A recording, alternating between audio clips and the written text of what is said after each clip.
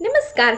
आज हम अनंत चतुर्दशी की पूजा विधि, कथा एवं उसके महत्व के बारे में जानकारियाँ प्राप्त करेंगे। भाद्रपद मास के शुक्ल पक्ष की चतुर्थी तिथि को हर साल अनंत चतुर्दशी मनाई जाती है।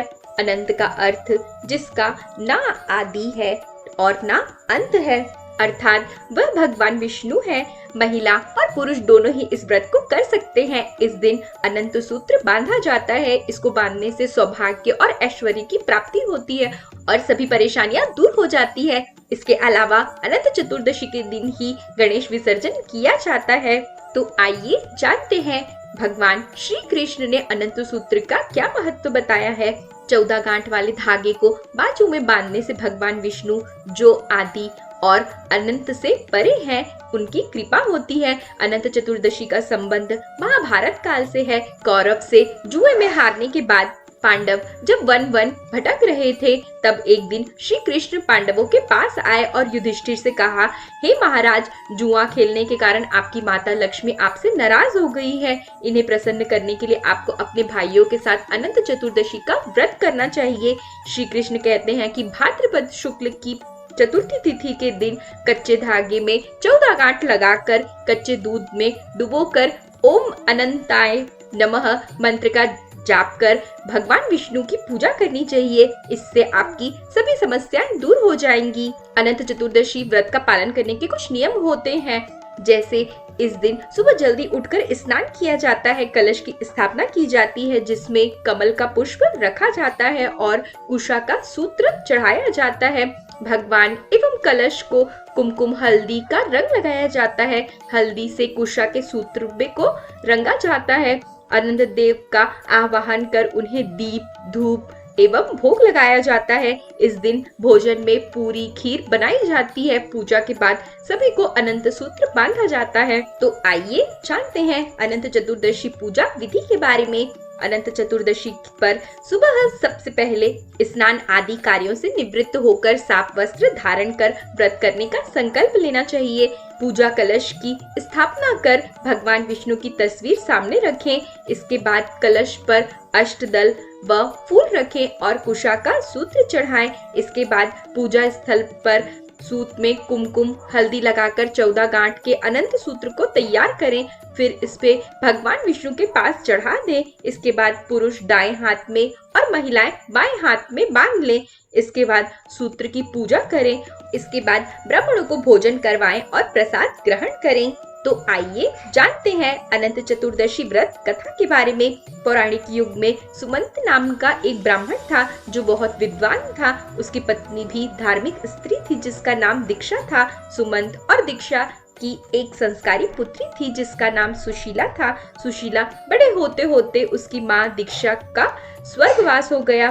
सुशीला छोटी थी। उसकी परवरिश को ध्यान में रखते हुए सुमंत ने कर्कशा नाम की स्त्री से दूसरा विवाह किया।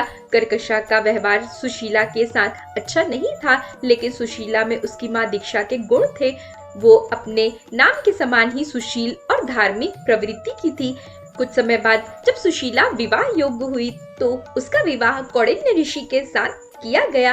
कौंडिन्य ऋषि और सुशीला अपने माता पिता के साथ उसी आश्रम में रहने लगे। माता कर्कशा का स्वभाव अच्छा न होने के कारण सुशीला और उसके पति कौंडिन्य को आश्रम छोड़कर जाना पड़ा। जीवन बहुत कष्टमय हो गया। ना रहने को जगह थी और ना ही जीविका के लिए कोई भी जरिया। दोनों काम की तलाश में एक स्थान से दूसरे स्थान भटकते रहे। तभी वे दोनों एक नदी तट पर पहुंचे जहां रात्रि का विश्राम किया। उसी दौरान सुशीला ने देखा कि वहां कई स्त्रियां सुंदर सज धज कर पूजा कर रही थी और दोनों एक दूसरे को रक्षा सूत्र बांध रही थी। सुशीला ने उनसे उस व्रत का महत्व पूछा।